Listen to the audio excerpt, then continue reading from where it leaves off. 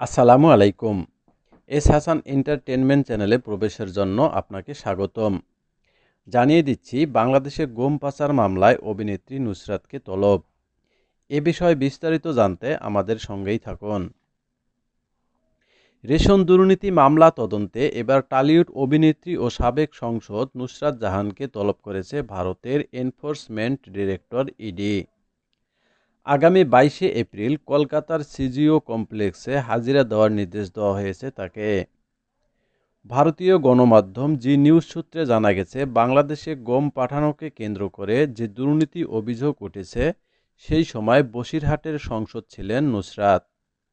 অভিযোগ, এই পাচার চক্রের কিছু আর্থিক লেনদেনের সঙ্গে অভিনেত্রীর যোগসূত্র থাকতে পারে।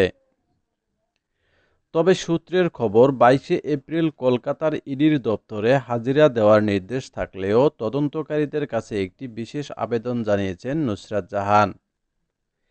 তিনি কলকাতায় নয় বরং দিল্লিতে কেন্দ্রীয় তদন্তকারী সংস্থার সদর দপ্তরে হাজিরা দিতে চান।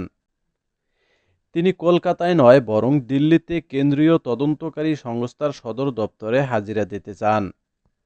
উল্লেখ্য, তৃণমূল কংগ্রেসের হয়ে 5 বছরের জন্য বসিরহাট লোকসভা সংসদে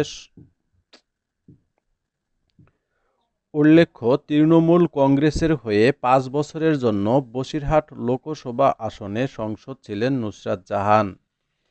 সেই সময় দলীয় মনোনয়নে নির্বাচিত হলেও পরবর্তী নির্বাচনে আর প্রতিদ্বন্দ্বিতা করেনি।